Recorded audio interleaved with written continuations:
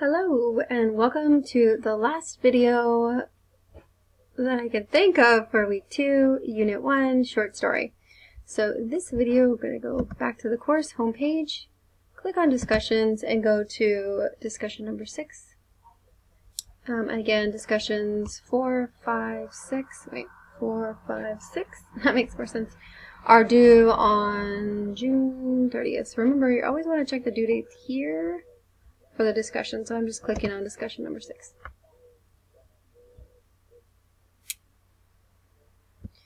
Okay, so this discussion, I knew that we had to actually share our ideas, or you had to share your ideas for essay number 1 prior to creating essay number 1, and so this discussion is really just so you can hash out some of the ideas that you have about what you're going to do for essay number 1. So before we jump ahead, let's back up for a second and look at what am I asking you to do for essay number 1. So to kind of ease you into the semester with your first essay, I wanted to give you something that was fun and that you could connect to and relate to, and so I decided to start with short stories because I think all of the short stories that we've read we can relate to in some way, and so you're gonna figure out which of the stories you want to write about. So you have a couple options. Options are good for writers. Some of you may choose option number 1, and some of you may choose option number 2. So I'll start with option number 1. So option number 1 here is you're going to choose one of the short stories that we read and write an essay in response to it. So remember, the short stories, just as a reminder, are Kate Chopin's Story of an Hour, Ernest Hemingway's Hills Like White Elephants, Jamaica Kincaid's Girl, and then lastly, Amy Tan's Fish Cheeks. You're going to choose one of those short stories. So first you're going to summarize the story, and then you're going to push beyond the summary to relate it to today's world and issues, and to yourself.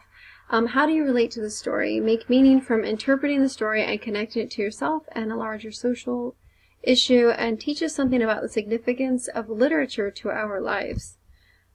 So while I'm on here, again, edit option. I think I mentioned this to you guys before. My computer is a wreck. There is a missing key or a missing comma, a missing piece, so every time I press on that it's like this bra button, and then my space bar also does not like to work. So if you see anything kind of bunched together, it's because my space bar is acting like a little bitch. Let's just be real. And that's fine because I can edit it, and that's totally okay. I'll keep it in edit mode just in case I have more. Okay, so again, option number 1, you're going to choose a story, and then you're going to actually summarize that story. You can summarize it throughout your essay, or you can summarize it early on in your essay. The essay itself is a 5-paragraph essay. It may grow into more paragraphs, but you're going to keep the intention of the 5-paragraph essay structure, meaning beginning, middle, and end. Intro, body, conclusion. Basics. Every story is like that. Every essay is like that. You start something, you plant that seed, and you let something grow, and then it's grown by the end of the essay, and it comes full circle. Piece of cake, right? Choose a story, whichever one you like, and relate to it.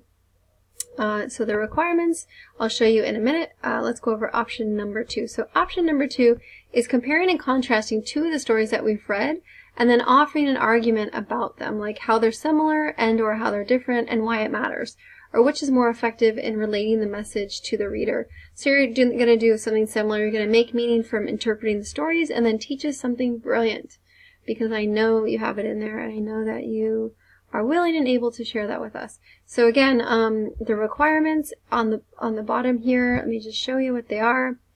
They stay the same for the essays for the most part. 5-paragraph essay format or structure. It can be more than 5 paragraphs, but it must have a clear beginning, middle, and ending.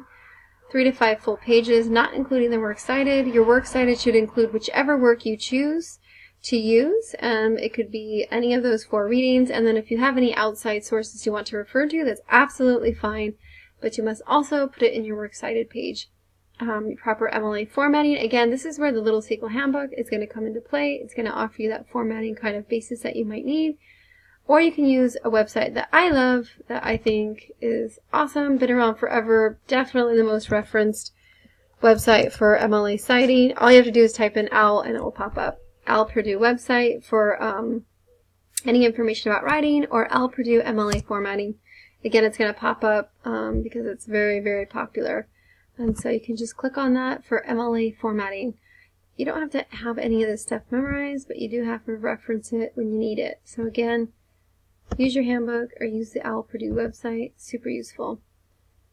3 quotes from the story for your analysis in your essay, cited in MLA format. Remember, you've already done quotes in your journals. Your journals are due next week on Saturday, so you could use some of the quotes you used in your journal if you're already gravitating towards those quotes for a reason. So I'll give you a solid example. So for Amy Tan's Fish Cheeks or Jamaica Kincaid's Girl, you might be talking about the relationship between the mother and daughter in those stories and connecting to that on a personal level, or connecting someone that you know to it on a personal level. And maybe you're looking specifically for dialogue or quotes from the stories that really reveal something significant about a mother-daughter relationship. And so maybe you've already done that in your journal. If that's the case, then just go back to your journal and cut and paste that into your essay. If not, that's totally fine too. Remember, it's all practice and it's all good. Another thing I'm looking for are transitions within and between paragraphs. This is where teachers get picky with their pet peeves, first, second, third. To begin with, my next point is, lastly, in conclusion. Those are all perfectly fine transitions. They're super useful. If you're not sure how to use transitions or what transitions to use, you can go to the OWL Purdue website. If you go to the writing lab here, you can type in transitions. And bam, you get all kinds of transitions and transitional devices. Remember, transition isn't just a word, it's a move that you're making in writing, and so they're super important. They're glue. They tie your ideas together, so you should have learned that throughout your K through 12 English experience. If you didn't, guess what? Maybe you learned it in V01A, and if you didn't quite pick it up in V01A, English V01B is a perfect opportunity for you to let it kind of sink in your writing practice. So again, transitional words are super useful. Please use them. They make your writing clean and polished, and it just makes more sense. And then also, I'm expecting you to tie into concepts for fiction from class, like theme, setting, characters, etc. And so that's super important, because those are the things we have been talking about. I'll add a few on here.